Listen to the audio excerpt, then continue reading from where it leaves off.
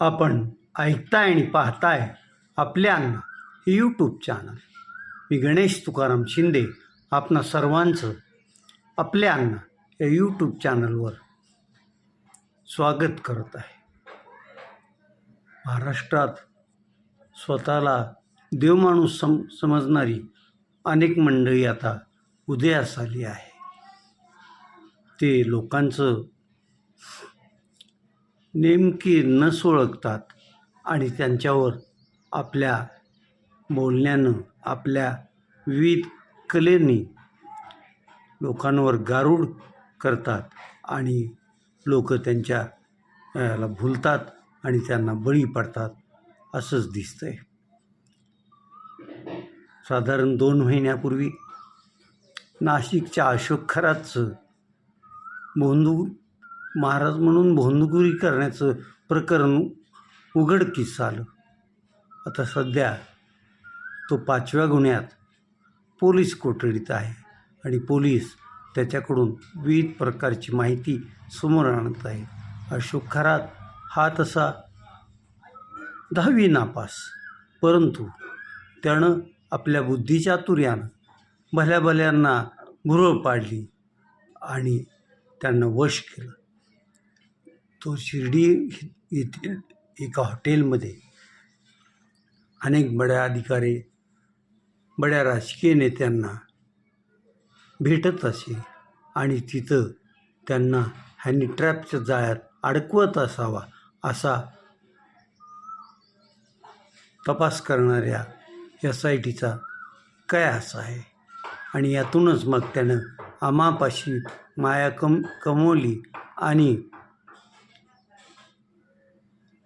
निरपेक्ष भावनेनं काम करणाऱ्या काका कोयटे यांच्या पतसंस्थेलाही त्यानं त्याच्या कारनाम्यामुळं अडचणीत आणलेलं आहे. त्यामुळंच काल प्रकृती अस्वस्थाचं कारण देत काका कोयटे यांनी महाराष्ट्र पतसंस्था फेडरेशनच्या अध्यक्षपदाचा राजीनामा देखील दिला आहे. एकटा अशोक खरातच नाशिकमध्ये नाही तर दुसरा एक महेश गिरी उर्फ महेश दिलीप काकडे हा एक महाराजाचं प्रकरण गेल्या आठवड्यात उघडकीस आलं आहे. हा मूळचा निफाड तालुक्यातला महेश गिरी महाराज हाही त्याच्या पागण्या बोलण्यातून लोकांवर भुरळ पाडायचा आणि त्यांना आपल्या जाळ्या तोडत होता. जाळ्या तोडून तो मग महिलांना विविध प्रकारच्या पूजा अर्चा सांगून त्यांच्यावर अतिरेक पण करत असल्याची माहिती समोर आली आहे. या महेशगिरीवर परवा लासलगाव पोलीस स्टेशनमध्ये गुन्हा दाखल झाला असून हा महेशगिरी उर्फ महेश दिलीप काकडे हा आता पोलिसांच्या ताब्यात आहे. त्याच्याकडं पण जवळपास 200 व्हिडिओ आणि 90 कॅप्सूल्स बंदुकीच्या सापडल्याचं सांगितलं जातं आहे. मग हे असे एवढे मोठे कसे होतात, त्याला कारणं काय आहेत याचा कोणी शोध घेतलेला नसतो आणि कुठंतरी अडचणीत आला की माणूस त्याचे पाय अशा भोंदूगिरी करण्याकडे वळतात असंच दिसतंय. आता ही 2 प्रकरणं भोंदूगिरीतली आहेत तर TCIचं प्रकरण पण नाशिकमध्ये गाजत आहे. परवा पुण्यात पण एका अशाच भोंदू महाराजाला पोलिसांनी अटक केलेली आहे आणि 2 दिवसापूर्वीच कुर्डवाडी पोलिसांनी इंदापूर तालुक्यातून एका स्वतःला बाळूमामाचा अवतार समजल्या जाणाऱ्या अशा मनोहर भोसलेला ताब्यात घेतला आहे. मनोहर भोसले याच्यावर 2001-03 या वर्षात फसवणूक, महिलांवर अत्याचार अशा प्रकारचे गुन्हे दाखल झाले होते. या गुन्ह्यात त्याला अटक पण झाली होती. अटक झाल्यानंतर त्याला जामीन मिळाला आणि त्याने परत आपली भानुगिरी चालू केली.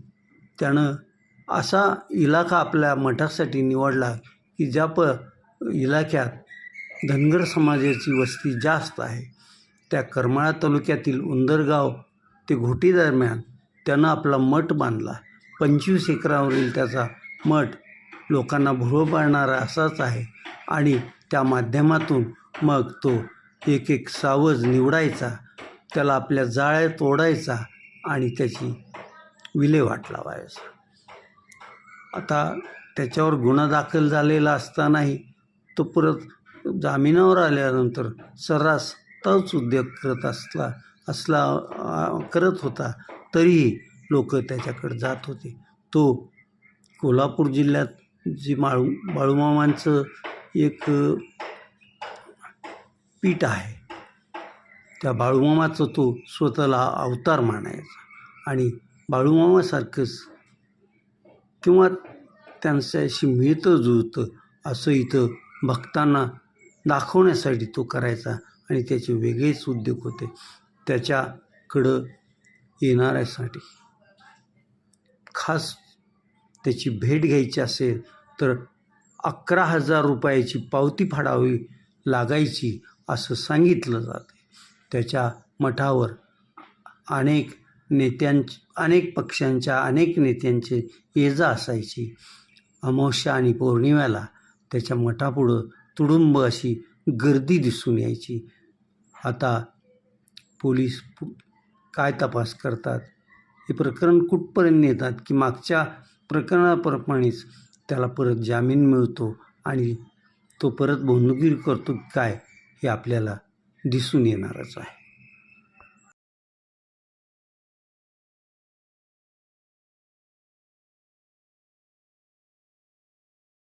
मी आता जिथं बसून हा व्हिडिओ करत आहे ते आमचं येरमाळा येथील घर आहे. हे घर 1988ला बांधून पूर्ण झालं आणि त्याच वर्षी आम्ही इथं भाड्याच्या घरातून स्वमालकीच्या घरात राहायला आलो. आम्ही बरीच वर्ष बैरागांच्या वाड्यात भाडेकरू म्हणून राहत होतो आणि त्या बैरागाच्या वाड्याला जाणाऱ्या बोळाच्या कोपऱ्यावर बैरागी यांचीच एक छोटंसं दोन एक पत्र्याचं दुकान हे होतं. त्यात आमचा परवा दिवंगत झालेला लहान बंधू सतीश शिंदे हा जनरल स्टोअर्स चालवायचा. हळूहळू सकाळी पेपरची एजन्सी आणि दुपारी हे दुकान असा त्याचा दिनक्रम असायचा. मुळातच बंडखोर स्वभावाचा आमचा लहान बंधू सर्वात गावात मिळून मिसळून असायचा आणि यातूनच साधारण 86च्या दरम्यान येरमाळा आणि रत्नापूर या 2 गावातील तरुणात तुंबळ हाणामारी झाली. त्यावेळेस येरमाळ्याला आउटपोस्ट होतं आणि कळंब पोलीस स्टेशनच्या अंतर्गत ते होते. त्यावेळी दिवंगत विठ्ठल गीते हे कळंब पोलीस स्टेशनचे PI होते. त्या ह्याच्यात मग येरमाळ्याच्या उकाकडून विठ्ठल गीतेंनाही अरे तुरे धक्काबुक्की असा प्रकार घडला होता आणि नेमका त्यांच्या विठ्ठल गीतेंच्या डोक्यात सतीश शिंदे बसलेला होता. त्यामुळंच की काय मग 86 ते 88च्या सुरुवातीपर्यंत त्याच्या जनरल स्टोअर्समध्ये 3दा चोरी झाली होती. त्या जनरल स्टोअरमधून काय असणार ते चोरीला गेलेलं होतं. तर पोलिसांनी आम्हा पत्रकारांचा त्यांच्यावर दबाव असल्यामुळं एकदा मुद्देमाल पण आणून दिला. पण तो मुद्देमाल काय होता तर कापडाची बोचकी होती. त्यानंतर 88मध्ये आम्ही या घरात राहायला आलो आणि पहिले महालक्ष्मीचा सण आला. मी जिथं आत्ता बसलो आहे याच वरच्या मजल्यावर आमच्या महालक्ष्म्या बसवलेल्या होत्या. महालक्ष्म्या पहिल्या दिवशी आल्या, दुसऱ्या दिवशी त्यांचं मी महालक्ष्मीच्या अंगावर घरातल्या आमच्या स्त्रियांनी त्यांचं सोनं घातलेलं होतं. आणि त्या महालक्ष्मीच्या दुसऱ्या दिवशी आमची आई या रूममध्ये लक्ष्मीचं जे पुढं आरास केलेले असते, विविध प्रकारचे खाद्यपदार्थ ठेवलेले असतात, त्याच्या बाजूनं समोर जे दार दिसतंय त्या दाराला पाय करून झोपलेली होती. आणि मध्यरात्री या घरात ही चोरट्यांनी डाव साधला. खालून वर दावं टाकून चोरटे वर जिन्यात आले. जिन्यातून आई गाढ झोपलेली होती.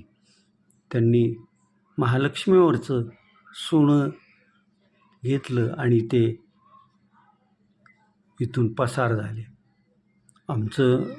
त्यावेळेस आमचं नशीबच की आमच्या आईला त्या चोरट्यांनी काही मारहाण केली नाही किंवा काय केलं नाही. गाढ झोपेत होती, तशीच गाढ झोपेत होती.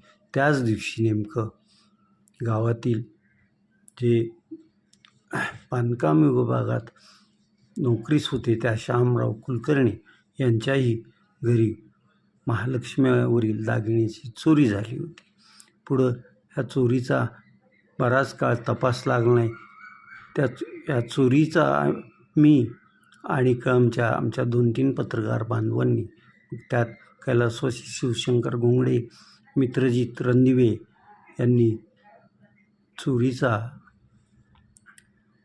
चोरीचं श्राद्ध पण घालण्याचा आम्ही कार्यक्रम पार पाडलेला होता. आज IPLची डबल हेडरची मॅच आहे. पहिला दिल्ली कॅपिटल विरुद्ध पंजाब असा सामना सुरू असून दिल्ली कॅपिटलनं आपल्या 20 षटकात धावाचा पाऊस पाडलेला आहे. आणि दिल्ली कॅपिटलनं 2 गडी गमावून 260 रनाच्या वर आपला स्कोर केलेला आहे. याच्यात प्रमुख वाटा होता तो फलंदाज KL राहुल याचा. KL राहुलनं या सामन्यात नाबाद